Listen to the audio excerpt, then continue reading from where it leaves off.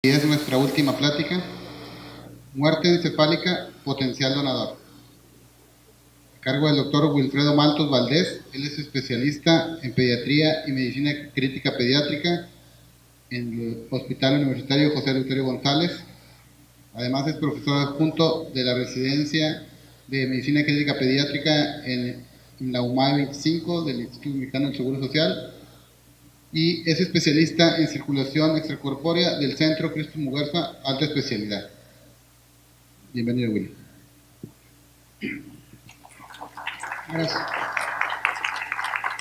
Pues, buenas tardes a todos.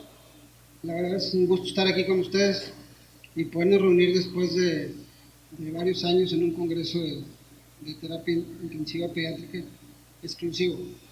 Bueno, el tema que me tocó es un tema que no nos agrada mucho, es un tema que definitivamente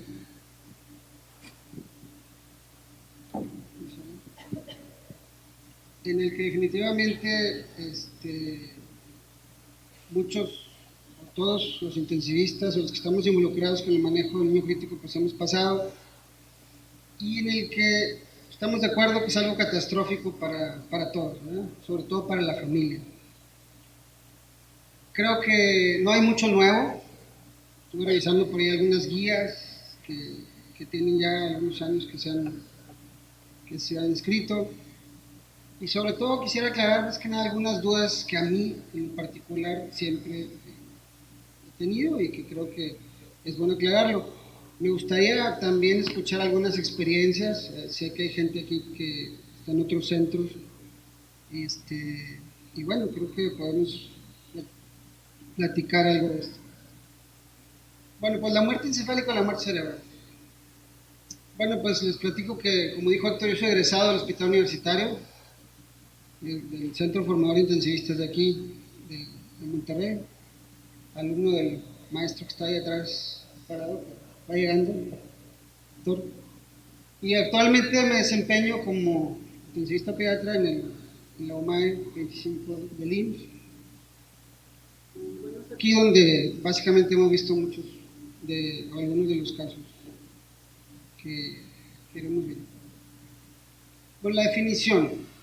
Hay varias definiciones, pero esta es una de las que encontré en una de las guías que se hicieron por consenso del gobierno federal aquí en el 2011. Muerte encefálica o cerebral se define como la pérdida irreversible o causa conocida de las funciones de todas las estructuras neurológicas intracraneales, tanto de hemisferio cerebral como de tronco encefálico.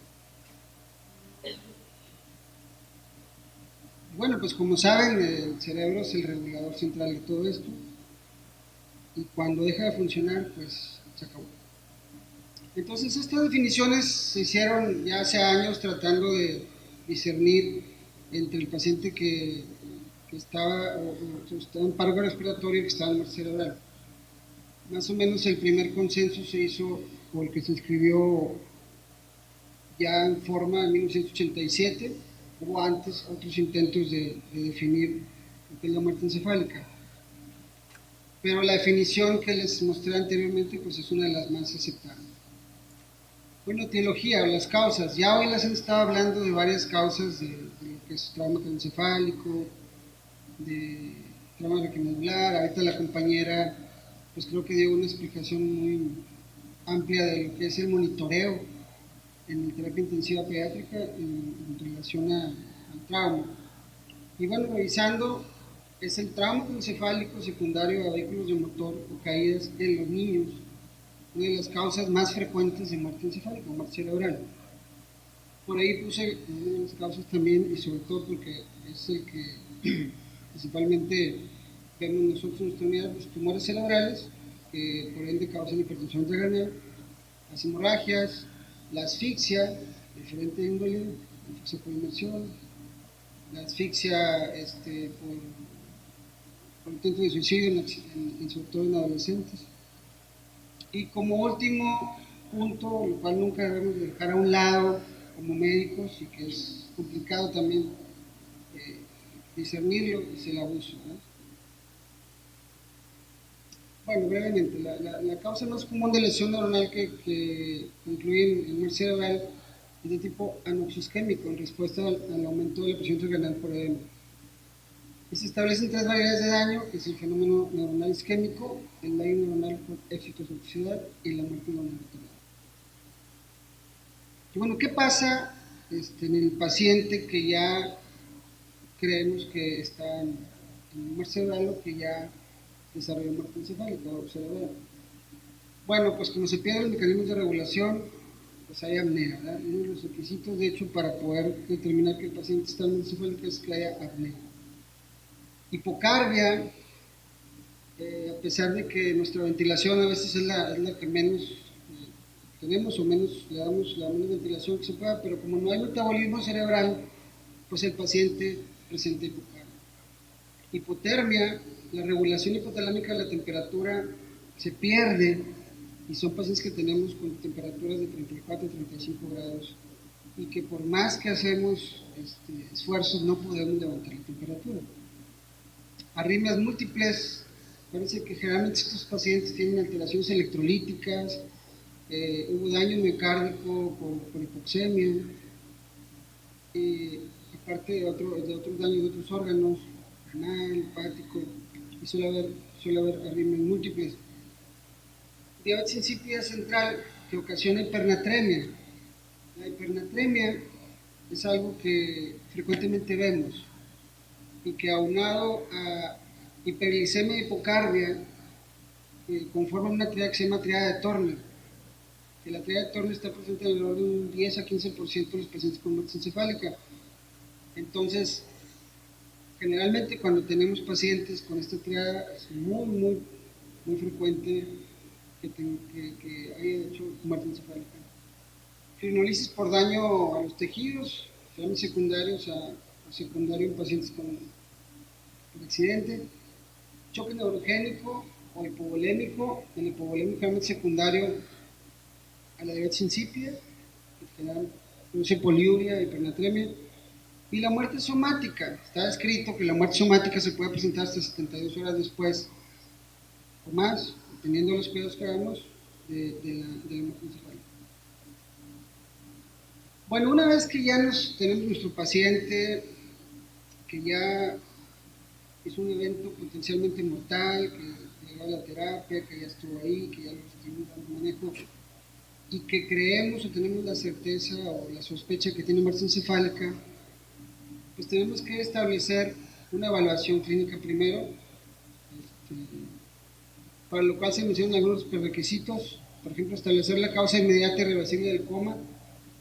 Pues, nuestro paciente llegó con edema cerebral importante por el tramo encefálico, hizo un paro prolongado que no pudimos sacar adelante o que creemos que hubo un tiempo muy prolongado de reanimación, estuvo en ahogamiento un tiempo importante, etc.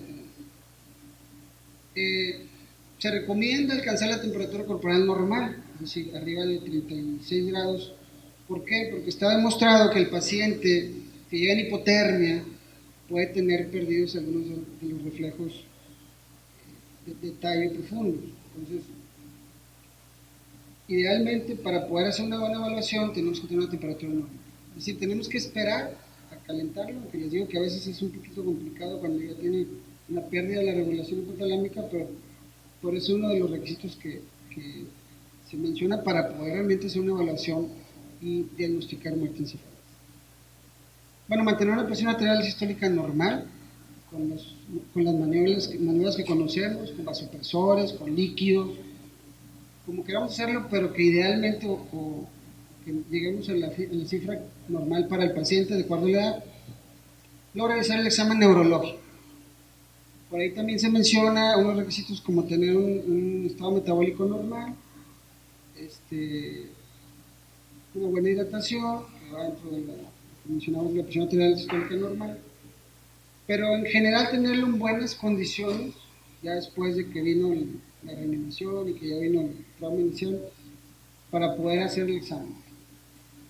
Bueno, ya una vez que detectamos, hicimos los prerequisitos, a veces nos apoyamos con el neurólogo o con quien tenemos que apoyarnos, pues viene la evaluación del coma, ¿verdad? Esa la conocemos, paciente que está en coma en escala de Glasgow de 3, ausencia de reflejos de tallo, de reflejos tusígenos, de reflejos nauseosos, de reflejo fotomotor, bueno, reflejo pupilar, reflejo fotomotor, reflejo consensual, los movimientos oculares, el reflejo oculocefálico, que es mover la cabeza y ver que el paciente tenga los ojos de muñeca, conocemos. El reflejo oculovestibular, que es incidir líquido en la membrana timpánica, para el cual tenemos que estar seguros que no hay una perforación para poder hacerlo bien y que los ojos se no van hacia el lado, idealmente donde incidimos el líquido. El reflejo faríngeo, como les digo, generalmente sus pacientes, o todos, están bajo ventilación mecánica, entonces al hacer un lavado o una estimulación traqueal, el paciente tiene que tener reflejo tusígeno. Si está perdido, entonces seguramente va en relación a lo que mencionamos. Ya una vez que hicimos nuestros requisitos, ya una vez que hicimos nuestro examen neurológico y estamos seguros de que nuestro paciente tiene datos clínicos de muerte encefálica, se recomienda hacer esto que es la prueba de la apnea, que nosotros conocemos. Es decir, si tengo un paciente inestable o hipoxémico en ese momento o con una ventilación muy elevada, pues no la hago. Si tengo un paciente que tengo la sospecha que tiene muerte encefálica y está en condiciones y no tiene una contraindicación, por ejemplo, fibrosis pulmonar o un daño pulmonar importante previo, puede hacer la prueba de la apnea. Para fines prácticos se recomienda 2 evaluaciones, vamos adelante, 2 evaluaciones en 12 o 24 horas por diferentes clínicos para diagnosticar muerte encefálica. La prueba de la apnea, las diferentes guías dicen que la puede hacer el mismo médico, pero la evaluación clínica debería ser dada por diferentes médicos, idealmente externos a la terapia intensiva, es decir, neurólogo. No apenas viene uno, imagínense que vayan 2 en diferente tiempo, pero es lo ideal. Bueno, lo tenemos que preoxigenar, confío al 100%, conseguir un CO2 normal, de preferencia a 40 metros de mercurio arterial. Luego conectar al paciente una cánula o pieza en T, 6 litros por minuto de oxígeno. Hay diferentes autores que dicen que deben ser de 10 hasta 20 minutos y tenemos que estar monitoreando gasometría, o sea, evidentemente una gasometría basal y posteriormente tomando una cada 5 minutos, digo que hay otros dicen que hasta 10, y considerar una elevación por minuto de 2 a 3 minutos de mercurio de la PCO2, suspendiendo la prueba al tener valores mayores de 60.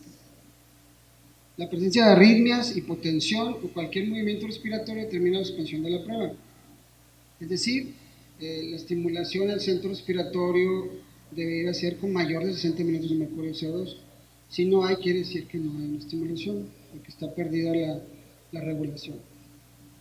Entonces, si la prueba es positiva, pues clínicamente tengo el paciente con datos de muerte encefálica, pues muy seguramente, según algunas guías, sobre todo la última que sacó Pediatrics hace 2 años, 3 años, dice que puedo hacer el diagnóstico de muerte encefálica.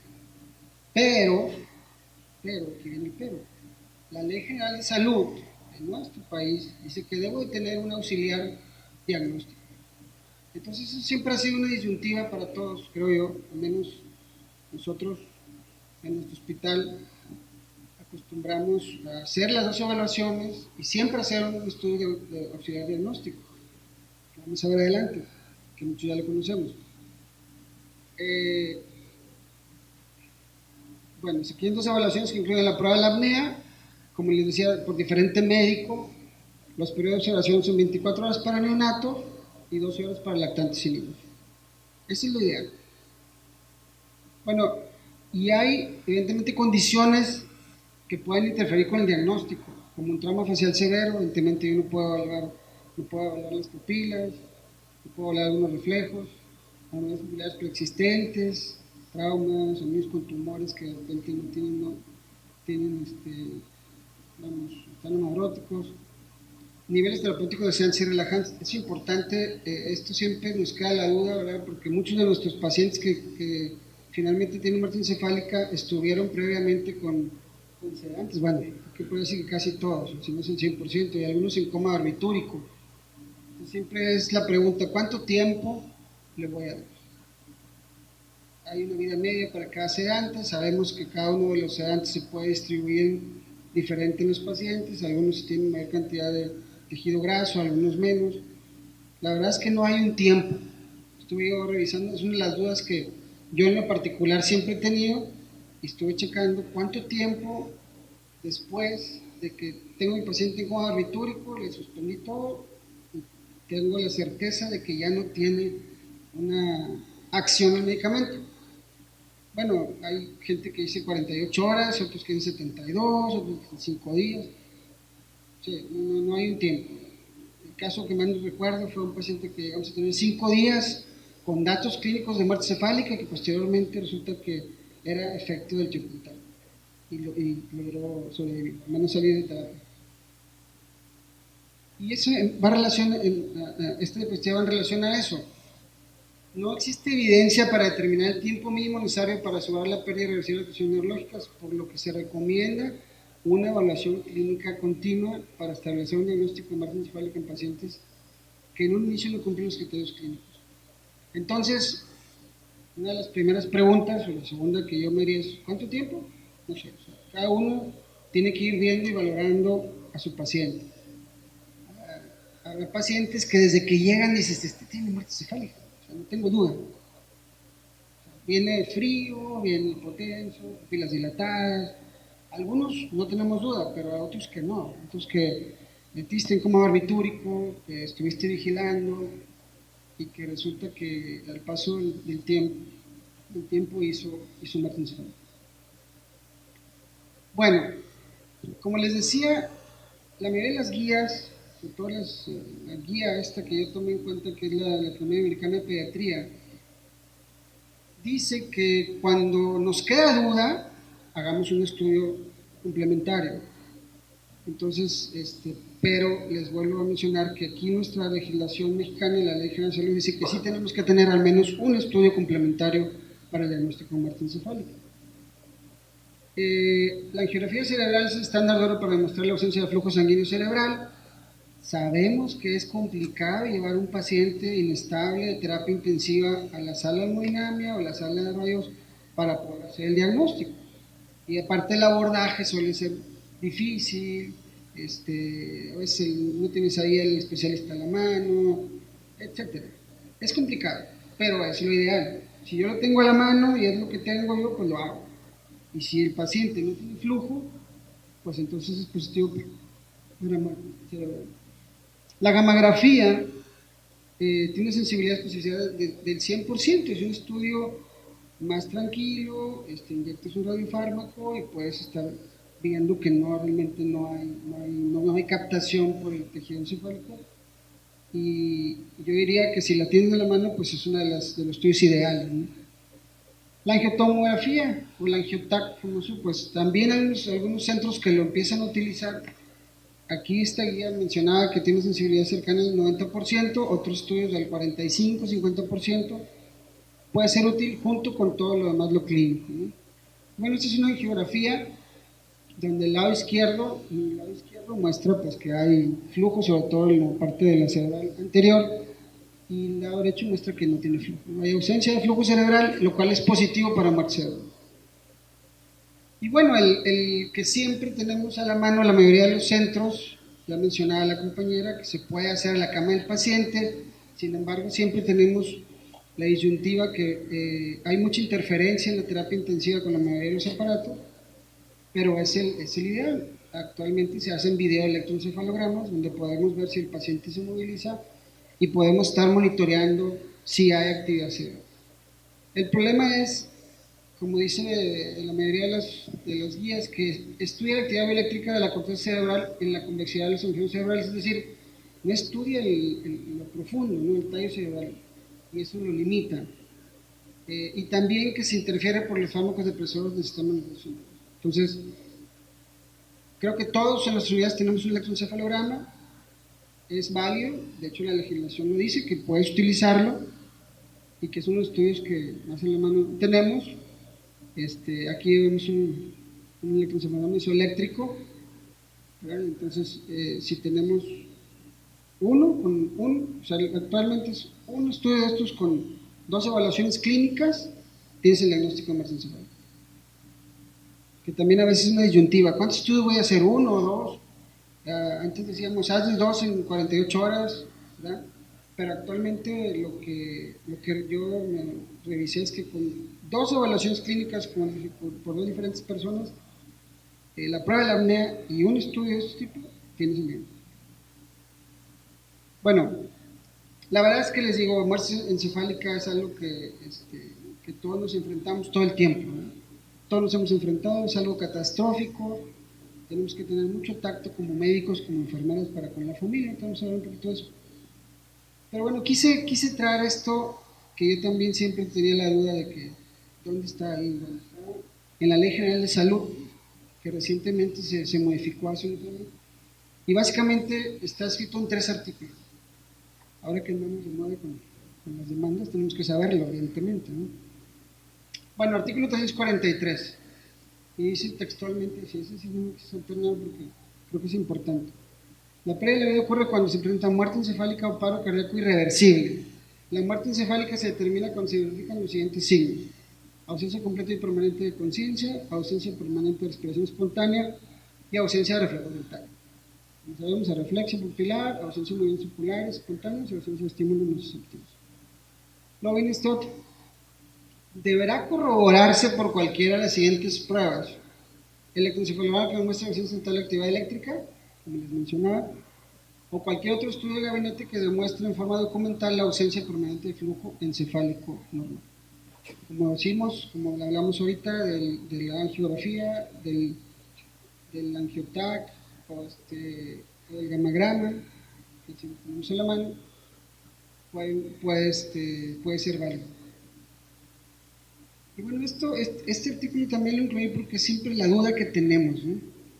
¿Lo desconecto o no lo desconecto? ¿Qué hacemos? Nosotros, allá no me deja mentir el doctor Pavón si está despierto, normalmente no lo hacemos. O sea, en unidad no lo hacemos. Lo dejamos con parámetros mínimos y esperamos que cubra la que va a ocurrir. Pero en la ley está, o sea, no existe impedimento para que se estudie con 300 personas. Ahí están todos los que pueden hacerlo, autorizarlo. Se presentan medidas artificiales cuando se presenta la confirmación de muerte encefálica. ¿Qué hacen en sus unidades? Doctor Miguel.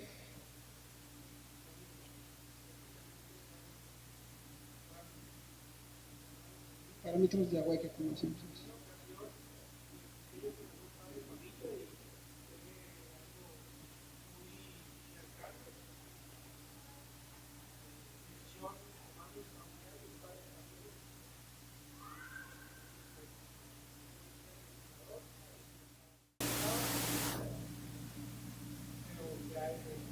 Como que todavía somos, o sea, no fue algo así de que ya se va a desconectar. Todavía nos da un poquito de, siento yo que somos muy reservados con eso, ¿no? ¿Cuál es la conducta en terreno?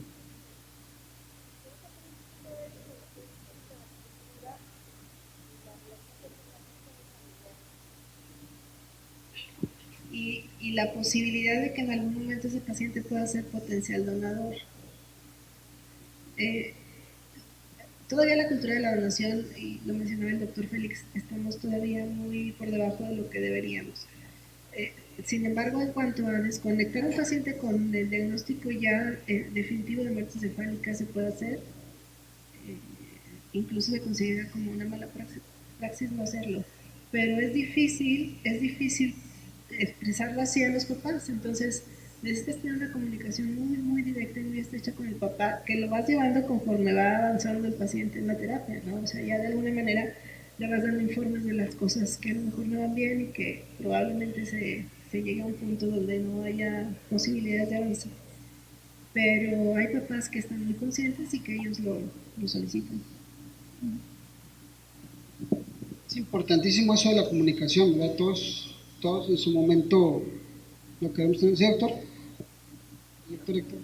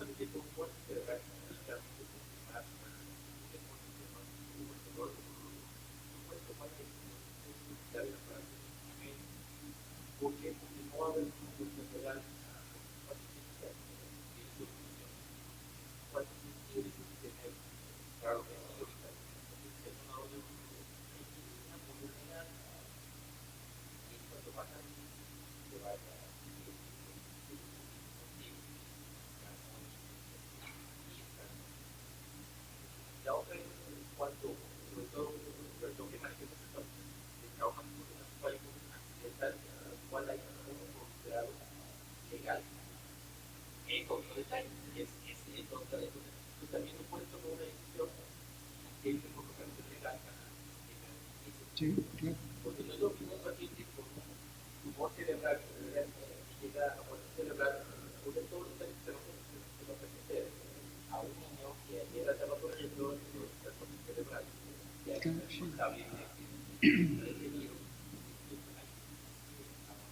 Sí, totalmente de acuerdo con usted. O sea, sí, tiene mucho que ver obviamente la causa, ¿verdad?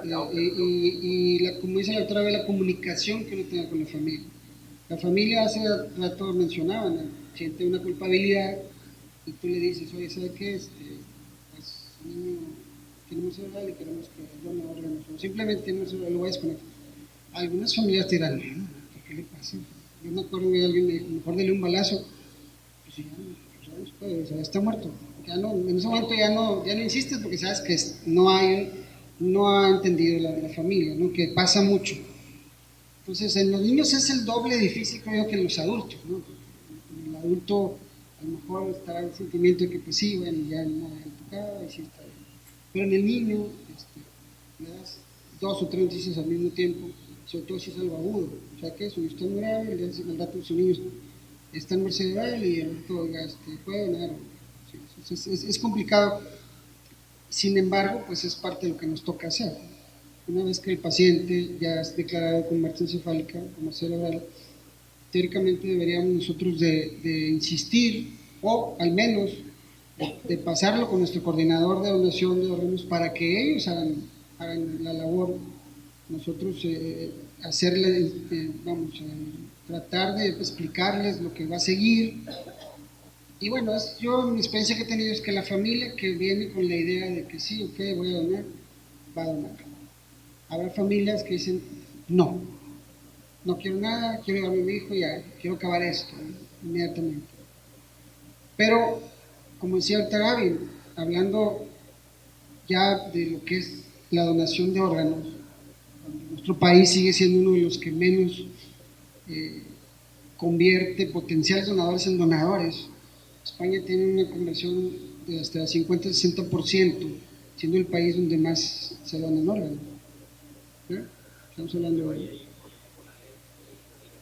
Exactamente, ese es el punto. Tienen una legislación donde ellos lo hacen prácticamente obligatorio.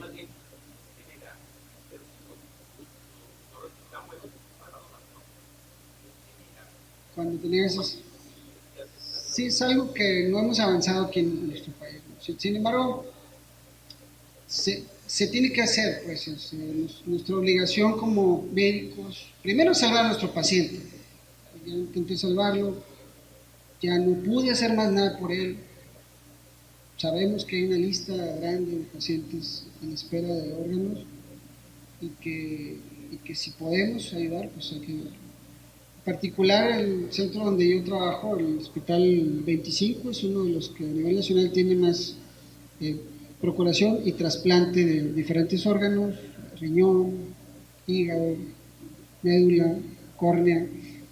Entonces nosotros tenemos bien claro lo que sigue. O sea, un paciente tiene un cerebral, hablamos con la doctora, que es la doctora Manojosa, Sebastián, encargada del programa, y ella se encarga de dar seguimiento. Lo ideal es que todos en nuestros centros tengamos un encargado. Creo que eso ya cada vez ha ido mejorando y tenemos, ellos toman un curso ya en el Centro Nacional de Trasplantes, se maestran, se capacitan y tienen la forma de hacerlo. Te repito, no es fácil para ellos y para nosotros porque son muchas cuestiones, ¿no? Pero bueno, una vez que ya confirmamos, ya tenemos la certeza que mi paciente tiene muerte encefálica por los diferentes medios que les platicaba hace rato, pues entonces, y si es un niño idealmente mayor de 2 años, que nos toca a nosotros, ¿no? Y que está, ahorita vamos a poner las contraindicaciones, ¿quién no es candidato a donar? Pues podemos hacerlo donador, o al menos potencial donador de trasplantes, y nuestra función en ese momento será mantenerlo. O sea, una vez que ya decidimos que sí, que la familia pudo haber aceptado, que hay una aceptación para el trasplante, tenemos que procurar mantener a nuestro paciente y establecer contacto con el centro que vaya a procurar los órganos. Es decir, hay centros donde se puede llevar al paciente a trasladar para que ahí se mantenga y posteriormente el equipo que va a procurar, esto se hace bien a nivel nacional, hay una lista de potenciales receptores, se da una alerta en ese momento de que hay un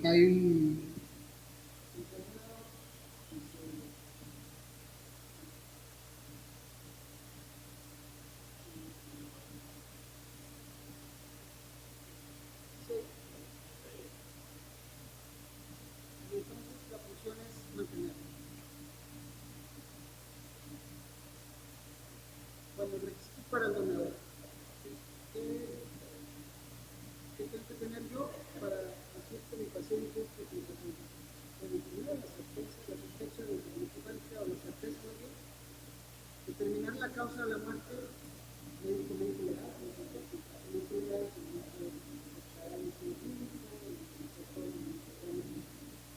la historia clínica completa,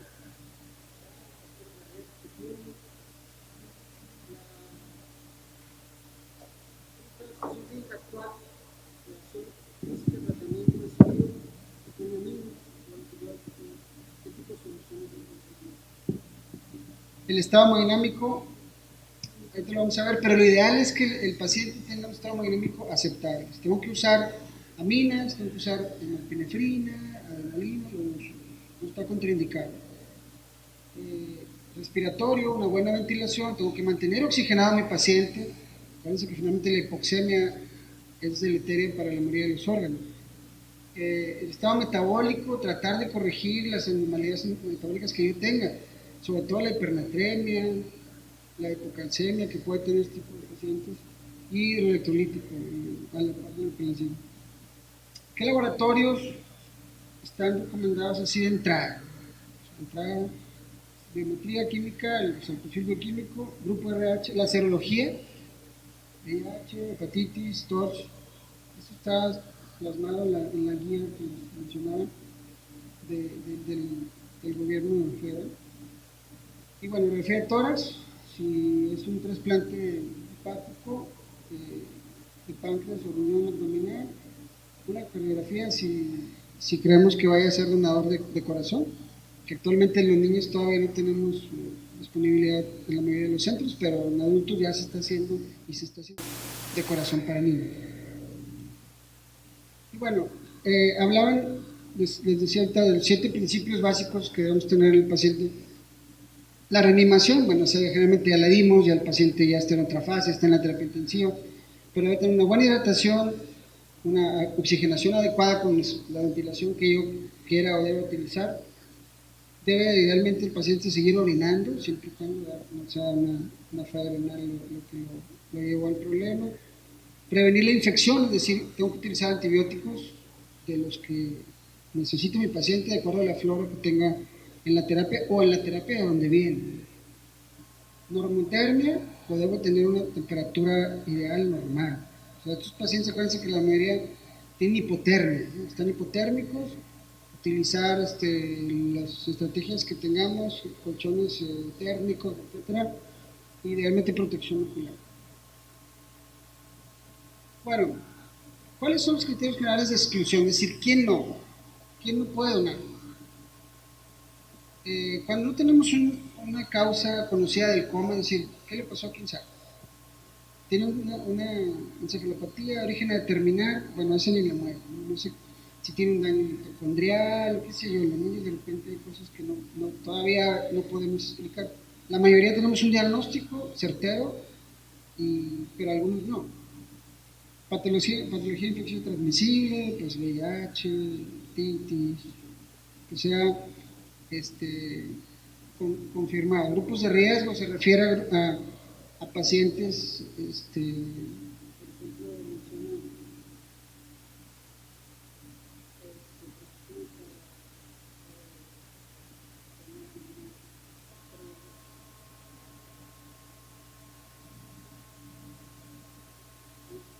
bueno, el cáncer, entonces son algunos de los tumores que se surgen y se pueden utilizar, y tenemos muchas causas conocidas,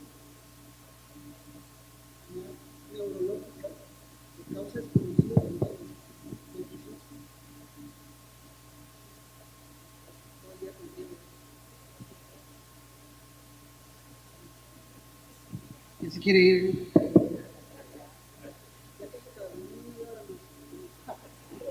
Bueno, la enfermedad neurológica, la hipertensión, con grave repercusión visceral, obviamente esto es más enfocado a los adultos y el paciente encéfalo. Y bueno, bueno, yo en lo particular que estoy en un centro hemato-oncológico, me interesó esta diapositiva, a lo mejor algunos ya que nos interesa, pero tumores que no contraindican la donación de órganos, siempre y cuando los órganos estén en condiciones adecuadas y no haya llegado por alguna de las cosas que les mencioné anteriormente. Si tenía un craniofaringioma, pero llegó por una deshidratación severa, hipernatremia y choque, pues no, evidentemente no es candidato, pero por ejemplo meningioma, craniofaringioma, que son los tumores, sobre todo el craniofaringioma frecuentes en niños, astrocitoma grado 1, tumor epidermoide, papiloma, glioblastoma, angioblastoma, ependioma, la mayoría son tumores, como sabemos, benignos, ¿no? O sea, que pueden dar daño por crecimiento, por continuidad, no tanto por metástasis. Entonces, esta es la última diapositiva y básicamente yo quería mencionarles que aunque es algo complicado, bueno, otra cosa que quería yo preguntar acerca de, no va a haber otra plática acerca de la muerte, ¿verdad? Es algo difícil para nosotros como intensivistas, pero que todo el tiempo estamos ahí. Dentro de las guías que estuve revisando, mencionaba algo que creo que es primordial, el apoyo que le demos a nuestros pacientes. ¿Qué apoyo yo le doy a nivel psicológico a mi paciente? Existe una especialidad como se llama tanatología, pero nosotros no la tenemos. Yo soy uno de los que cree que deberíamos de tenerla en todos los centros, privados, públicos, pero no existe. Es más, no existe siquiera un psicólogo, al menos en el trabajo, que vaya y le dé un apoyo al paciente, ni en lo privado, chicos. Entonces, nosotros los intensivistas a veces tenemos que hacer eso, parte del trabajo, ¿no? Ustedes como enfermeras también, darle un soporte, mire, señor, ven tranquilo.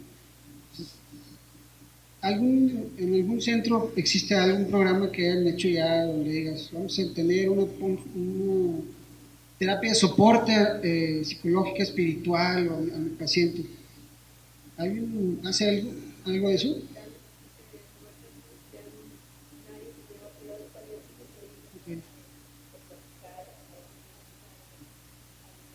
Okay. Interesante. En la especialidad no hay todavía, ¿no? En el Zambrano, algo todavía no. Yo creo que es importante, ¿no? O sea, todo el tiempo estamos lidiando con esto, es algo, pues es parte de la terapia intensiva, ¿verdad? Todos quisiéramos ganar siempre, pero no siempre se puede. Yo creo que el apoyo espiritual, tanatológico a nuestros pacientes es bien importante. Y sobre todo que podamos comunicarnos bien con nuestro paciente. La institución, por ejemplo, es más complicada, porque pues yo estoy en la noche, por ejemplo, veo a mi paciente a las 7 de la tarde, a las 7 de la mañana en los familiares y pues no hago un vínculo. Evidentemente es extremadamente difícil. En el privado, pues sí, porque yo lo manejo y yo soy el que estoy a cargo. Trato de ir llevándolo por aquí, por allá. Y a veces hay tanta vínculo que ellos, bueno, eso que cuando no hay algún tipo de problemas, pero siento que todos deberíamos de apoyarnos con alguien especialista en tanatología que le fuera dando un soporte de ese tipo, especializado al paciente. Creo que es parte de, ¿no? Hay instituciones donde hay psicólogos y que pueden derivarlos, pero no sé por qué, pero nunca están ahí cuando deben estar, ¿no? Entonces, y aparte algunos dicen, no, pues que yo no desea eso, yo me dedico a otra cosa. O sea. Entonces, es importante, evidentemente, si no hay, pues nosotros tratar de dar la información en un área tranquila, no hay en el pasillo, ya sabe qué es, unirse, bueno, Dios, sino unir, venga aquí al área apartada, platicar con él, cómo se siente, siéntese, mire, pasó. Es algo que a veces podemos hacer, a veces no. A veces hay lugares que se puede hacer, a otros que no. Pero es algo que siento que siempre deberíamos de hacer. Como médicos creo que estamos obligados a darles un poquito de confort. Digo, ya perdieron lo más valioso para ellos, ¿no? Entonces, y es otra cosa, o sea, el familiar en ese momento pues se desconecta, ¿no? Eso sería tema de otra plática, pero yo es una propuesta que les hago a todos pues, que vengan de diferentes, que deberíamos de tener un centro, o sea, un equipo de apoyo para todos estos tipos de casos, ¿no? Entonces, ¿por qué? Porque pues, ya existe, ya hay la especialidad de tanatología, gente que se dedica a eso y que nos pueden brindar un soporte más adecuado. Sí, doctor, perdón. Capacidad de aceptación paulatinamente. En el agudo, pues, como es sumamente complicado.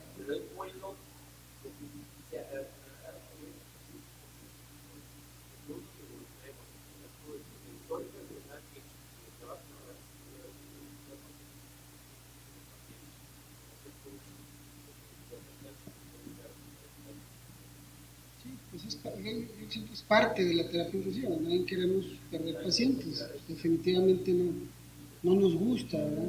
Pero es algo que es un hecho, que existe, que va a seguir existiendo y que bueno, tenemos que estar capacitados o preparados al menos para saber qué es lo que sigue, ¿no? Porque, como decía, hay muchos pacientes que se pueden beneficiar de los trasplantes, creemos que en el futuro va a haber cada vez más, pero mientras no hay una legislación que obligue a los pacientes a donar, vamos a tener que seguir así, picando piedra nosotros, tratando de obtener órganos, o al menos dirigirlo con la persona que se supone sabe, ¿verdad? Porque a veces es difícil para ellos, pues es que yo ya no quiero hacer más nada de esto, ¿no? Ya no quiero ver a la familia, no quiero que bueno, mándalo con un experto que se supone que es para que te haga esa función. Pero hay veces que no, uno da por hecho que no, ya no quieren ellos, ya todos andamos escondidos con todo esto, ya no quieren, ni siquiera les damos la oportunidad a veces, digo, aún por lo que ha pasado, los pacientes que a lo mejor sí tenían oportunidad, no lo hacemos. Pero bueno, la invitación es hacerlo porque creo que en un futuro pues incluso nos puede tocar, ¿no? Entonces, bueno, con esto terminamos las actividades de hoy. Espero que haya aportado un poquito a lo que todo está escrito ya. Más que nada yo quería nutrir un poquito de las experiencias que tenemos en diferentes partes y hacer una comunicación. Finalmente, este congreso es la idea que todos como intensivistas pues tengamos, nutramos del conocimiento de lo que hacemos en diferentes partes, tanto de aquí de Monterrey como de fuera, ¿no? Es un foro que hace tiempo no teníamos y que hay que aprovechar, ¿no? Nos invitamos mañana para empezar temprano con el módulo de cardio. Tenemos profesores expertos en la materia que seguramente aportarán muchos conocimientos para ustedes. Gracias.